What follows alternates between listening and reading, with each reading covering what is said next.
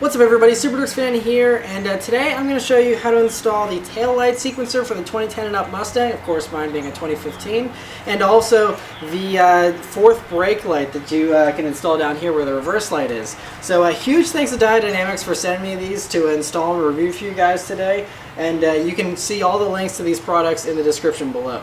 Okay, so the first thing we need to do, of course, is pop the trunk, and we're going to take out the spare tire cover here. Of course mine doesn't have a spare, so we just have this little piece here that we can leave in. Next, there's 4 screws here that are these plastic screws to hold the back of the trunk liner in here, and you just unscrew those and then you'll pull this off.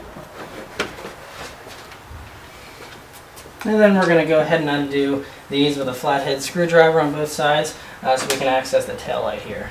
Once you have that popped, there's a magnet here that holds this part down, and then you just pull this whole thing back and that'll give you access to the driver's side tail light here.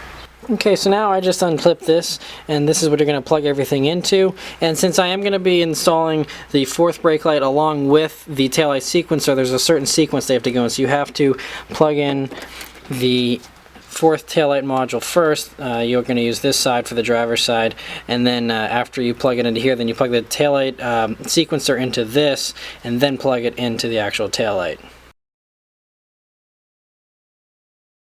Take the other side and put that onto the other side of the taillight along with the taillight sequencer for the other side as well. Okay, and if you have a 2015 Mustang or 2016 here with the 201A or 401A package, which has the upgraded shaker subwoofer here in the trunk, then this is going to be a little more involved in order to get to this taillight, because you're actually going to have to pull out the subwoofer, but it's not too hard. I'll show you how. First, we'll unscrew these.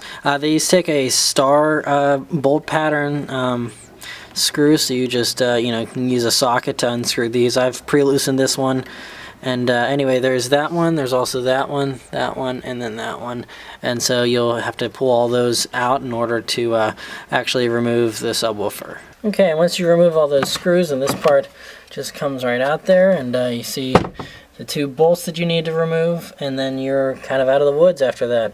By the way, these are 13mm bolts, so just undo those. Okay, and now you still have this bracket here, which makes it a little bit of tighter quarters, but you just still have access to the taillight connector here, and then plug that whole daisy chain back into the taillight here.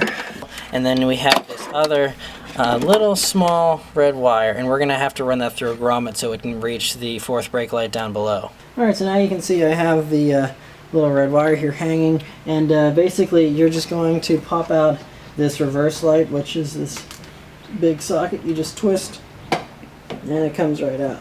Okay, so once you drop this, of course this will be connected to here. I just unplugged it. This is the bulb, of course, but you need to connect this red wire first up into here before you're able to actually go ahead and install that. Okay, so they give us a tiny little screwdriver here. What we have to do in order to incorporate that red wire is you'll see this connector, the very middle one here. You're going to push this, and it's going to push out that little green piece of rubber. And then you're going to put this red wire through that center hole.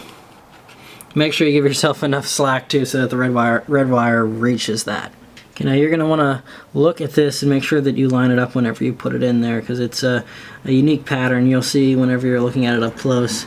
But so you're just going to want to put that through here in the back. Okay, and once you do that, it should be firmly in place there and nice and secure. And you'll see they have this little red weather lining here so that it doesn't get any kind of water in there. Alright, so now we're going to install the new bulb. This is the new one. This is the old one from Diode Dynamics, which was just the super white one. So we just pull that out, pop the new one in. Then of course we will go ahead and plug this into here. And then we'll go ahead and put this back into the socket. Now before we go ahead and clean up all the wiring and put everything back together, we'll make sure that it actually works first. Okay, and then once you see that it works, obviously you're going to have to put everything back together and hide all the wiring. But as you can see, it looks really great. You know, whenever you hit the brakes, it lights up brighter, and you can see the sequencer now, so whenever you hit the brakes, the taillights also do their thing with the sequential stuff, and it looks really great. And then whenever you have the headlights on, it'll just function as a running fog lamp there as well. It's a little bit dimmer.